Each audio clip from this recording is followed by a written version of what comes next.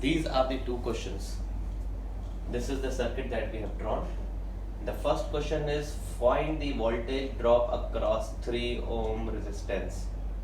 अब इन 3 ohm resistance मतलब इसके में कितना वोल्टेज है, यहाँ पे कितना वोल्टेज। तो यहाँ पर का वोल्टेज निकालने के लिए क्या चाहिए, इसमें जाने वाला करंट चाहिए कि नहीं चाहिए, हाँ या ना, जल्दी बताओ, क्या जल्दी बोलो, चाहिए, ठीक है। तो इसमें करंट जा कितना रहा है, बहुत समझदारी का काम है। हम देख रहे हैं, फिगर को हम पहले समझाते हैं तुमको। इधर से करंट निकला, इधर से यहाँ गया, यहाँ से यहाँ आया, यहाँ से सीधा यहाँ गया। अब यही करंट यहाँ जाकर बढ़ गया, एक ऊपर गया एक नीचे गया। सही बोला कि नहीं बोला, सही बोला या नहीं बोला, जल्दी बताओ, सही बोला, ठीक है। अब अगर हम यहाँ पर का जो करंट निकाल लेते हैं तो इसमें का करंट निकल जाएगा। याद है तुमको, मुझे इनवर्स वाला लॉ बताया था तुमको। अगर इसमें करंट निकालना है तो इसको न्यूमरेटर में रखो और sum of the resistance into I net, इसका करंट निकल जाएगा। यस और नो, याद है कुछ? तो हम पहले हमको नेट करंट निकालना है, ये नेट करंट निकालना पड़ेगा पहला। What is the first thing that we have to do? Come on, say what is the first thing that you have to do? Net current, net current circuit में निकालने के लिए नेट रेजिस्टेंस चाहिए होता है कि नहीं चाहिए होता है, ठीक है।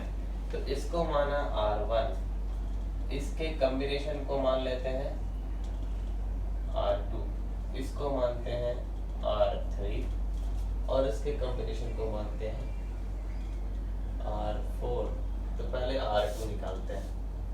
1/R2 is equal to 1/1 plus 1/3। So 1/R2 is equal to 3 plus 1। 1/R2 equals to 4/3। So R2 equals to 3/4 ohm. ये R2 कितना आ गया, 3/4 ओम आ गया। अब R4 निकालते हैं। 1/R4 is equal to 1/1 plus 1/2 plus 1/5. So 1/R4 equals to 1 2 5 plus 10, 10 plus 5 plus 2. So 1/R4 equals to 17/10. R4 equals to 10/17 ohm. R4 कितना आ गया, 10/17 ओम आ गया। अब हम निकालेंगे R नेट। सो R नेट क्या है, R नेट है R1 plus R2 plus R3 plus R4। This is R net. So when you find R net it is 2 plus 3/4 plus 4 plus 10/17। Come on, tell me what is the LCM of 4 and 17? 68. 2 34, ये 1 है और 68 into 2 136। 17 बार में 17 3 51। 68 into 4 कितना होगा, 2 carry 3 6 24 2 72। 4 बार में 40। इसको add करो, जल्दी से इसको ऐड करके बताओ तो।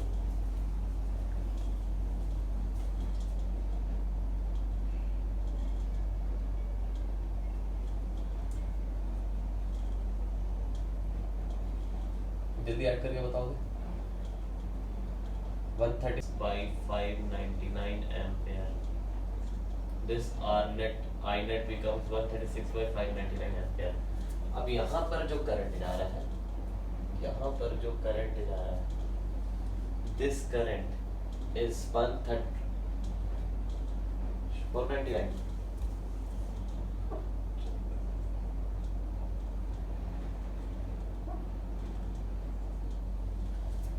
Here the current is 136/499 ampere and this current is getting distributed in 1 ohm and 3 ohm.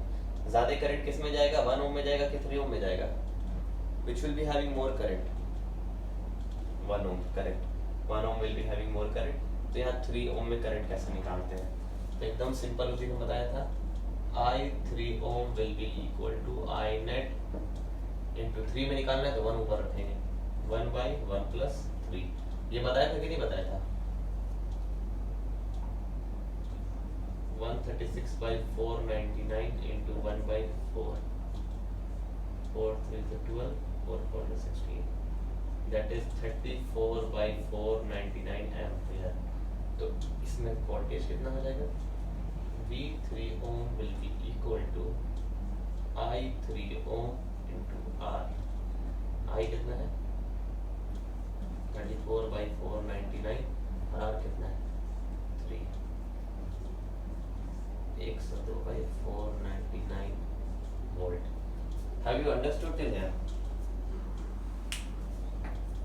यहाँ तक सबको पता है, क्लियर है?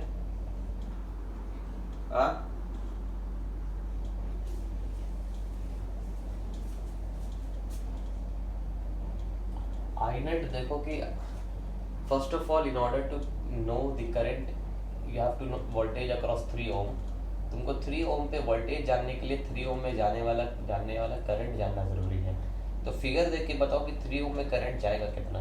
तो पहले तो करंट 2 ओम में जाएगा, वहां से जाकर के बढ़ जाएगा, जंक्शन के पास जाके बढ़ जाएगा। तुमको चाहिए आई नेट। आई नेट निकालने के लिए आर नेट जरूरी है। पहला चीज, अगर तुमको आई नेट निकालना है तो आर नेट जरूरी है।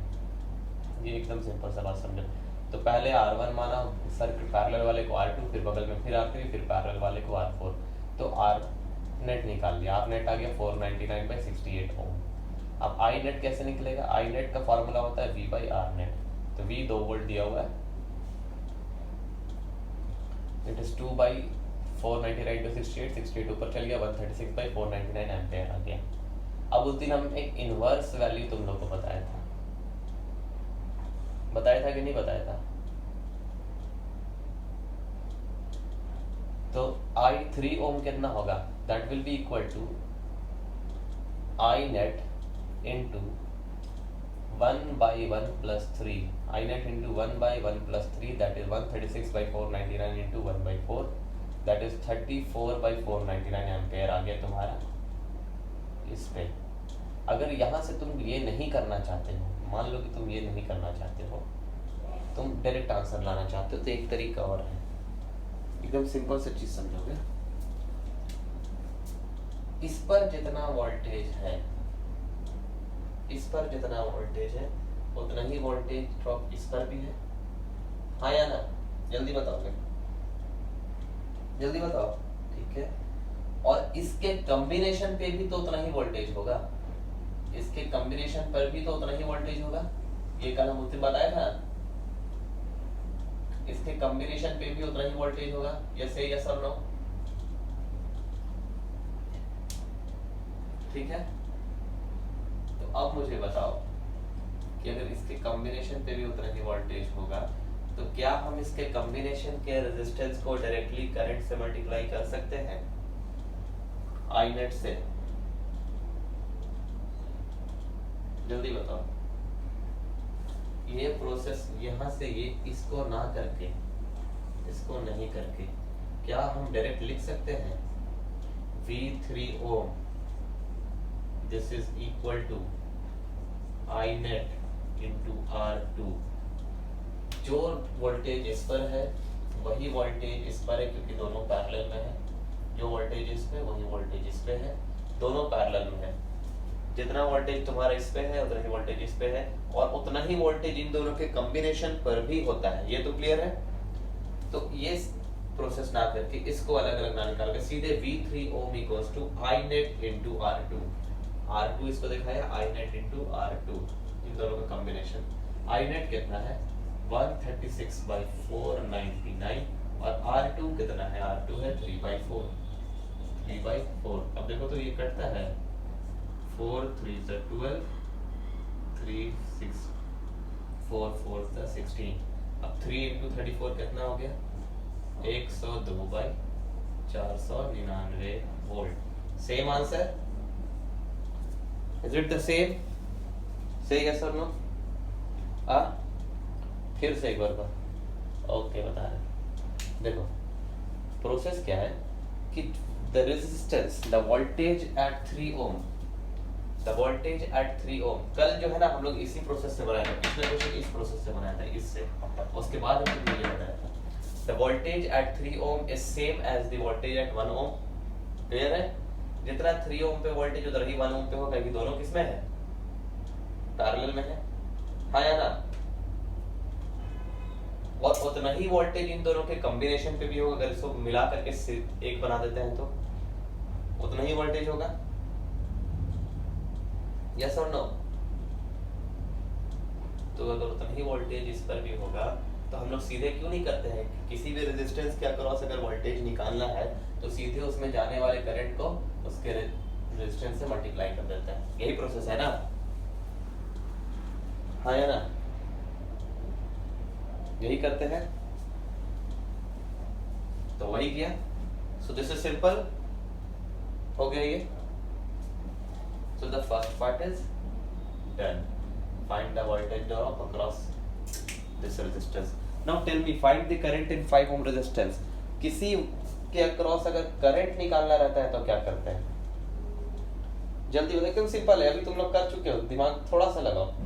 किसी के अक्रॉस अगर वोल्टेज निकालना होता है तो हम लोग करंट को, किसी के अक्रॉस अगर वोल्टेज निकालना होता है तो हम लोग करंट को उसके रेजिस्टेंस से मल्टीप्लाई कर देते हैं। नेट करंट को, मतलब उसमें जाने वाले करंट को उसके रेजिस्टेंस से मल्टीप्लाई कर देते हैं। किसी में अगर करंट निकालना होता है तो हम लोग क्या करते हैं, उसके अक्रॉस वोल्टेज से को डिवाइड करते हैं, किससे? रेजिस्टेंस से। अगर तुमको किसी भी तरह यहां से यहां का वोल्टेज पता चल गया तो इसमें जाने वाला करंट मिल जाएगा। बताओ जल्दी, क्या करेंगे? I equals to V by R होता है ना, I equals to V by R होता है ना। तो somehow if you come to know the voltage across this, इसमें जितना वोल्टेज है वही वोल्टेज इसमें भी है और वही वोल्टेज इसमें भी है कि नहीं है? जल्दी बताओ। जितना वोल्टेज 5 ओम पे है उतना ही पोटेंशियल डिफरेंस, उतना ही वोल्टेज ड्रॉप 2 ओम पे, उतना ही वोल्टेज ड्रॉप 1 ओम पे है। तीनों पे सेम है और इन तीनों के कॉम्बिनेशन पे भी उतना ही वोल्टेज होगा। जल्दी बताओ, इन तीनों के कॉम्बिनेशन पे भी उतना ही वोल्टेज होगा या नहीं होगा?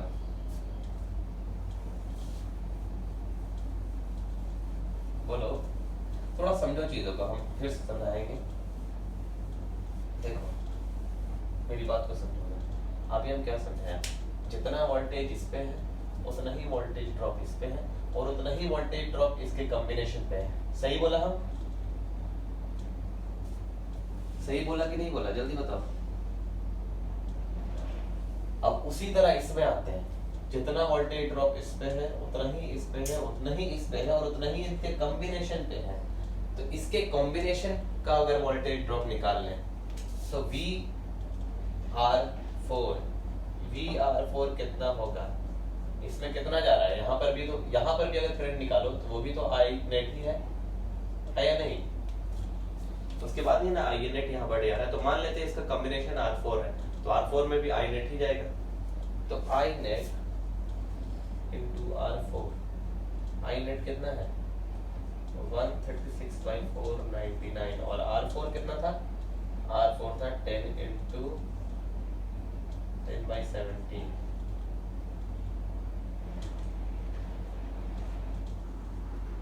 This is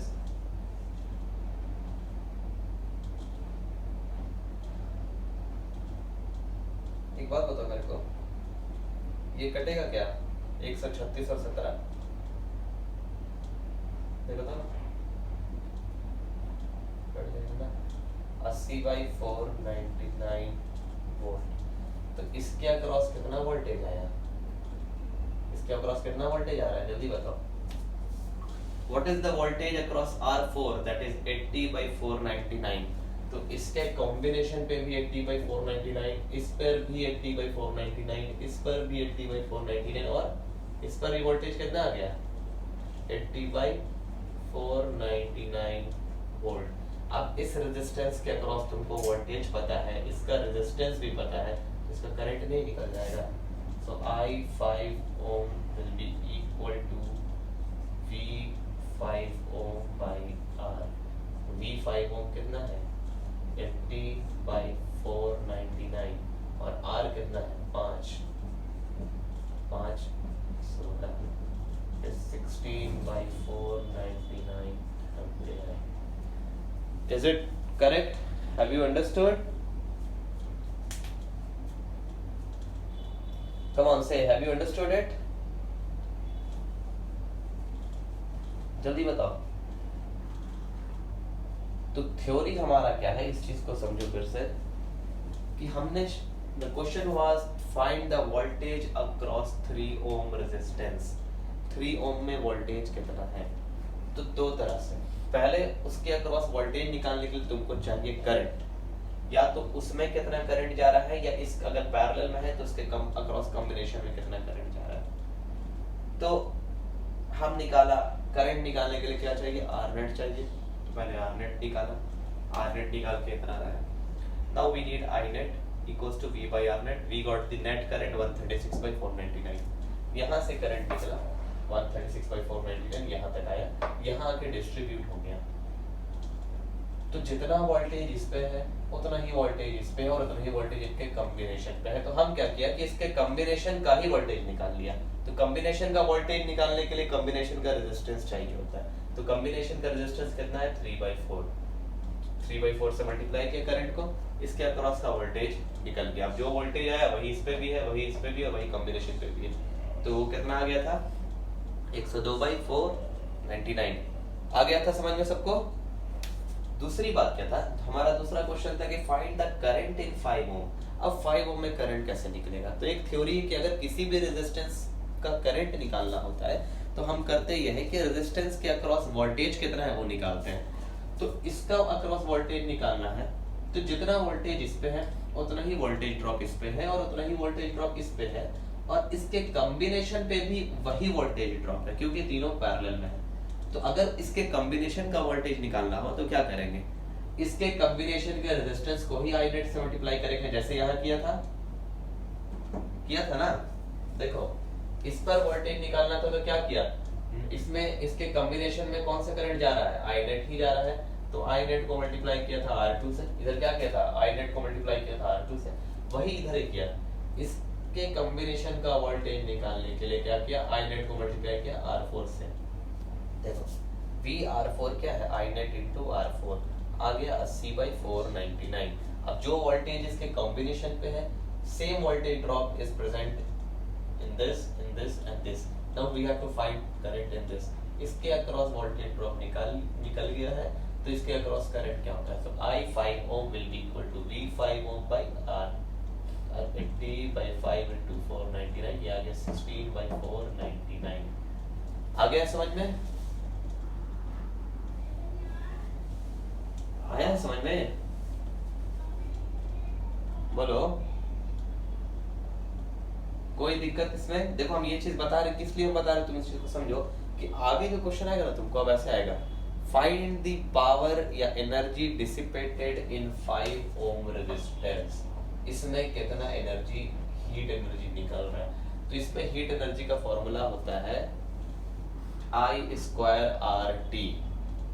तो टाइम दिया रहेगा तुमको I²RT। तो जब तक इसमें जाने वाला करंट तुम नहीं निकाल पाओगे, या हीट एनर्जी का फॉर्मूला होता है V²/R × T।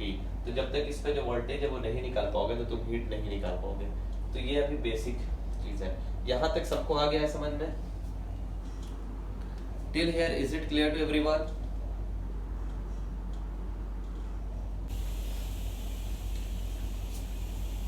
ये मुझे बताओ कि ये रेजिस्टेंस और ये रेजिस्टेंस सीरीज में है कि पैरेलल में? ये दोनों, ये और ये, समझते कैसे है इसको? देखो मान लेते हैं यहाँ से करंट इधर गया, तो जो करंट इसमें जा रहा है वही करंट इसमें जा रहा है कि नहीं जा रहा है? हाँ या ना बोलोगे जल्दी। तो अगर दोनों में सेम करंट जा रहा है तो सीरीज में कि पैरेलल में? जल्दी बताओगे तुम। देखो ना, इसका एंड और इसका स्टार्ट मिला हुआ है ना, इसका एंड और इसका स्टार्ट क्या है, एक जगह पे है कि नहीं। हम शुरू में क्या कहा था, एक का एंड और एक का स्टार्ट अगर एक जगह पे हो तो दोनों किसमें है, दोनों किसमें है, फिर सीरीज में है। Resistances connected end to end are in series, ठीक है, मतलब एक का स्टार्ट और एक का एंड सीरीज में, तो ये दोनों सीरीज में है, तो इन दोनों का सीरीज में है, तो ये हो गया 2 ओम, ये हो गया 2 ओम। ये कैसे गया, कितना हो गया, 2 ओम हो गया या नहीं हो गया, जल्दी बताओ, अरे बोलो यार, 1 + 1 कितना हो जाएगा, 2 हो गया। तो ये फिगर अब बन गया इस तरह, ये फिगर अब इस तरह हो गया,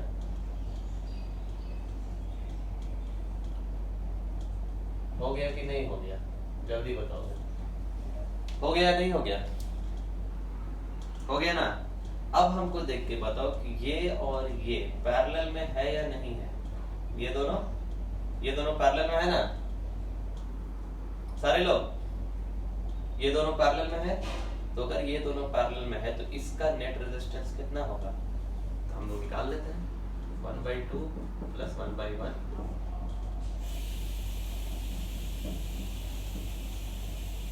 यानी कि 2/3। तो इन दोनों का नेट रेजिस्टेंस कितना हो गया मिला से, 2/3। इसको हटा देते हैं और इसको सही रहने देते हैं, और ये कितना हो गया 2/3। अब हमको बताओ कि ये रेजिस्टेंस और ये रेजिस्टेंस ये दोनों, ये और ये पैरेलल में है कि सीरीज में है, जल्दी बताओ क्या, करेक्ट, तो सीरीज में है तो इन दोनों को सीधे ऐड कर देते हैं, 2/3 + 1 3 5/3, तो ये ऐसे हट गया यहाँ से और ये ऐसे जाके जुड़ गया, और ये कितना हो गया 5/3। अब बताओ ये और ये पैरेलल में है कि सीरीज में है, ये दोनों पैरेलल में, तो 5/3 को उल्टा करके 3/5 से ऐड करेंगे, 3/5 + 1/1 5 हो गया, 3 + 5 8/5 यानी कि 5/8। सो दैट इज, इन दोनों का कॉम्बिनेशन क्या हो गया 5/8। इसको हटाया, इसको भी हटाया, तो देखो सर्किट कैसे हम लोग छोटा कर रहे हैं, ये हो गया 5/8। अब बताओ ये और ये सीरीज में है कि पैरेलल में है, जल्दी बताओ, ये दोनों सीरीज में, डायरेक्ट ऐड किया 13/8, तो अब ये हटा यहाँ से,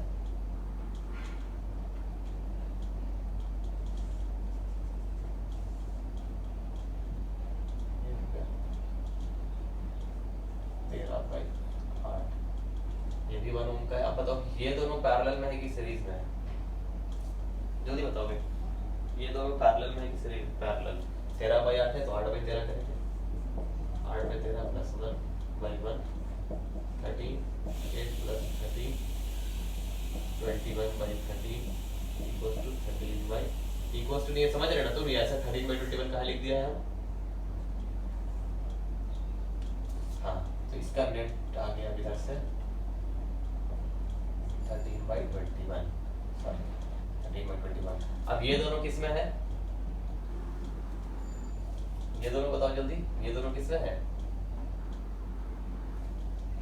तो 13/21 + 1, 13 + 21/21 कितना हो गया, ये 34/21।